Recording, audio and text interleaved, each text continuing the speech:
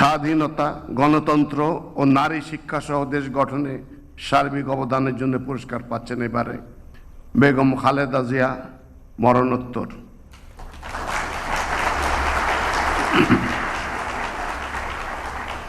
বেগম খালেদা জিয়া বাংলাদেশের রাজনৈতিক ইতিহাসের এক অনন্য ব্যক্তিত্ব।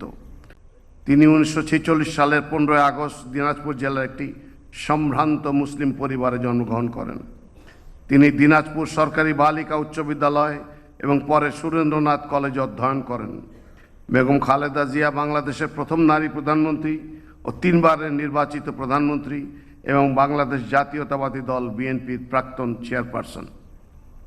তাঁর নেতৃত্বে বিএনপি 1991, 1996 ও 2001 সালের নির্বাচন জয়লাভ করে 3 মেয়াদে সরকার গঠন করেছে। বেগম খালেদা জিয়া জাতীয় সংসদ নির্বাচনে কোনো আসনেই জীবনে কখনো পরাজিত না হওয়ার অনন্য রেকর্ডের অধিকারী। বেগম খালেদা জিয়ার নেতৃত্বে 90-এর গণ অভ্যুত্থানে স্বৈরাচারের পতন ঘটে। 1991 সালে সংসদীয় গণতন্ত্রের পুনঃপ্রবর্তন এবং 1996 সালে তত্ত্বাবধায়ক সরকার ব্যবস্থার প্রবর্তন তার ঐতিহাসিক অর্জন। তার সরকারের সময় মূল্য সংযোজন কর ভ্যাট প্রবর্তন, বেসরকারি ও বৈদেশিক বিনিয়োগের বিকাশ, মুক্তবাজার ও বাণিজ্যিক উদারীকরণ, তৈরি পোশাক শিল্পের সম্প্রসারণ, নারী কর্মসংস্থান বৃদ্ধি, অবৈতনিক বাধ্যতামূলক প্রাথমিক শিক্ষা প্রবর্তন, 10ম শ্রেণী পর্যন্ত মেয়েদের বিনা বেতনে শিক্ষা ও উপবৃত্তি প্রদান, শিক্ষার বিনিময়ে খাদ্য কর্মসূচি গ্রহণ, শিক্ষার্থী মূল্যায়নে জিপিএ পদ্ধতি প্রবর্তন করা হয়। তাঁর উদ্যোগে 2 লক্ষাধিক রোহিঙ্গা শরণার্থীকে তাদের দেশে প্রত্যাবর্তনে করা সম্ভব হয়।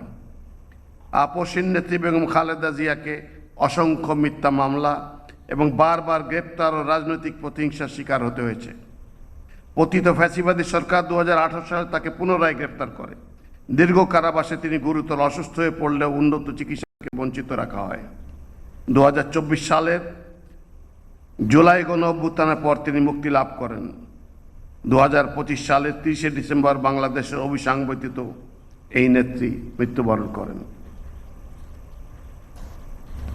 স্বাধীনতা, গণতন্ত্র, মানুষের অধিকার প্রতিষ্ঠা ও নারী শিক্ষা সহ দেশ গঠনের সার্বিক অবদানের স্বীকৃতি স্বরূপ দেশনেত্রী বেগম খালেদা জিয়াকে স্বাধীনতা পুরস্কার 2026 মরণোত্তর প্রদান করা হলো। বেগম খালেদা জিয়ার পক্ষে পুরস্কার গ্রহণ করার জন্য তার নাতনি মিস জাইমা রহমানকে অনুরোধ জানাচ্ছি।